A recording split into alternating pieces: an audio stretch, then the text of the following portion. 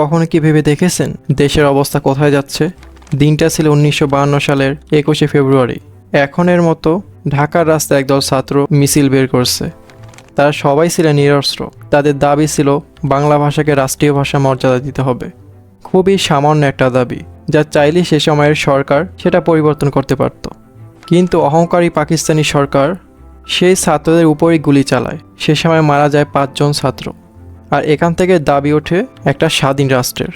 বঙ্গবন্ধু শেখ মুজিবুর রহমানের নেতৃত্বে হাতিয়ার তুলে নেয় দেশের সাধারণ মানুষ। শুরু হয় মুক্তিযুদ্ধ। আর 1971 সালে পৃথিবীর মানচিত্রে জন্ম নেয় স্বাধীন বাংলাদেশ। যে সাধারণ মানুষেরা দেশ স্বাধীনে নিজেদের জীবন বাজি রেখেছিলেন, সেই মুক্তিযোদ্ধাদের জন্য বঙ্গবন্ধু শেখ মুজিবুর রহমান সরকারি চাকরির ক্ষেত্রে 30% কোটা বরাদ্দ করেন, যা সেই সময় খুবই ভালো পদক্ষেপ নিয়েছিল।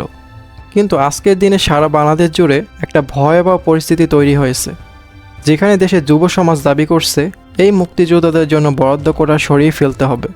আসলে এমনটা নয়। একটু বুঝিয়ে বলি, মুক্তিযোদ্ধা যারা ছিলেন তারা অনেকেই ছিলেন সমাজের খুবই সাধারণ মানুষ। তাদের অনেকেরই সরকারি চাকরি করার যোগ্যতা ছিল না, বা অনেকে পড়াশোনাই জানতেন না। তো সেক্ষেত্রে মুক্তিযোদ্ধাদের জন্য বরাদ্দ করা কোটায় চাকরি পেতেন তাদের পরিবারের কেউ বা তাদের সন্তানেরা।